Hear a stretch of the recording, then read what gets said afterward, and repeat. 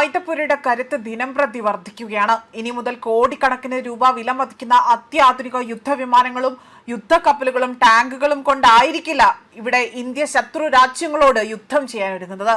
മറിച്ച് ഇനി ആകാശത്തെ വെല്ലുവിളിച്ചുകൊണ്ട് തന്നെ ചങ്കൂറ്റത്തോടെ നേരിടാൻ ഇന്ത്യയുടെ ആയുധപുരയിലേക്ക് കുഞ്ഞൻ ഡ്രോണുകൾ എത്തുകയാണ്. ഇന്ത്യയുടെ സൈനിക നടപടി ഓപ്പറേഷൻ സിന്ധൂറിൽ നിന്നും പാഠം ഉൾക്കൊണ്ടുകൊണ്ട് ഈ കുഞ്ഞൻ ഡ്രോണുകൾ കൂടി ഇനി ആയുധപുരയിലേക്ക് എത്തുകയാണ്. നിഷ്പ്രയാസം തന്നെ ഏതൊരാക്രമണത്തെയും ചെറുക്കുവാനും എല്ലാം തകർത്ത് തരിപ്പണമാക്കുവാനും ഇവയ്ക്ക് സാധിക്കുമെന്നതാണ് പ്രത്യേകത. കേവലം നിരീക്ഷണങ്ങൾക്കായി മാത്രം ഉപയോഗിച്ചിരുന്ന ഡ്രോണുകളെ ഇനി മുതൽ നേരിട്ടുള്ള യുദ്ധമുഖത്തെ മുൻനിരയിലേക്ക് ആയുധങ്ങളുമാക്കൊണ്ട് മാറ്റി ഇന്ത്യൻ സേനയുടെ ഭാഗമാക്കാനാണ് തീരുമാനം എടുത്തിരിക്കുന്നത്.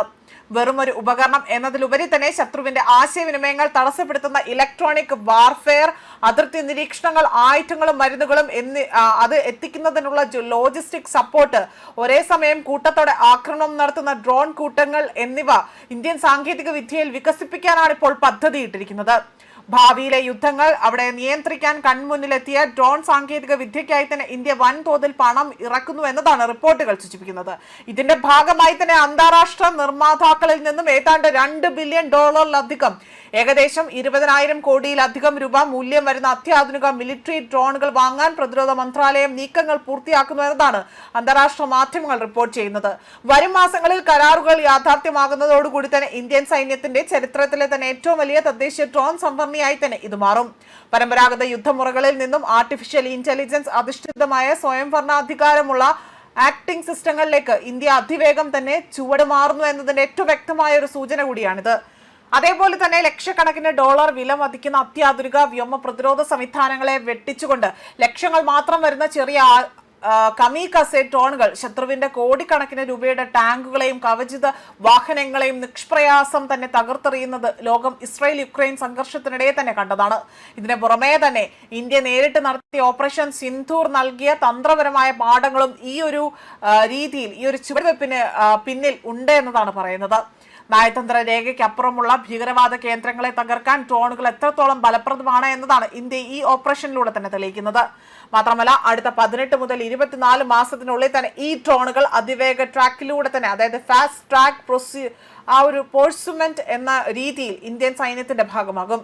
ഡ്രോൺ ഫെഡറേഷൻ ഓഫ് ഇന്ത്യ പ്രസിഡന്റായ സ്മിത ഷാ നൽകുന്ന വിവരങ്ങളാണ് ഇക്കാര്യങ്ങൾ സൂചിപ്പിക്കുന്നത്.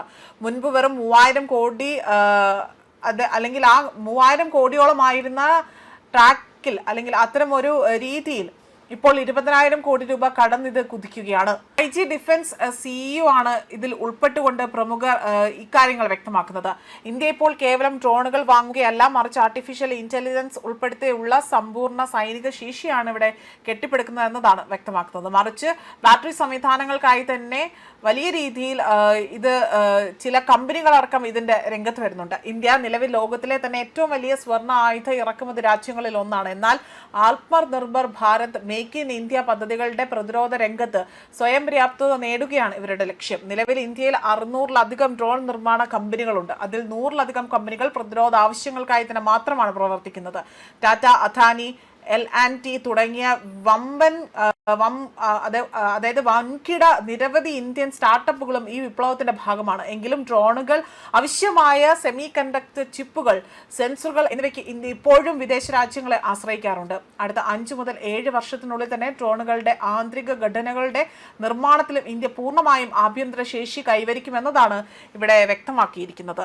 അതോടൊപ്പം തന്നെ ഭാവിയിൽ ഡ്രോൺ സാങ്കേതിക വിദ്യയുടെ വലിയൊരു കയറ്റുമതി രാജ്യമായി മാറാനുള്ള ഈ സാധ്യതകളും ഇന്ത്യക്കുണ്ട് എന്നതും സാങ്കേതിക വിദ്യ മാറുന്നതനുസരിച്ച് കൊണ്ട് തന്നെ പ്രതിരോധ മന്ത്രാലയത്തിന്റെ ഓർഡറുകൾ വേഗത്തിലാക്കുന്നത് നമ്മുടെ രാജ്യത്തിന്റെ സുരക്ഷാ ക്രമീകരണങ്ങൾക്ക് പോലും വൻ കരുത്താകുമെന്നതാണ് പ്രതിരോധ വിദഗ്ധരടക്കം ചൂണ്ടിക്കാണിക്കുന്നത്.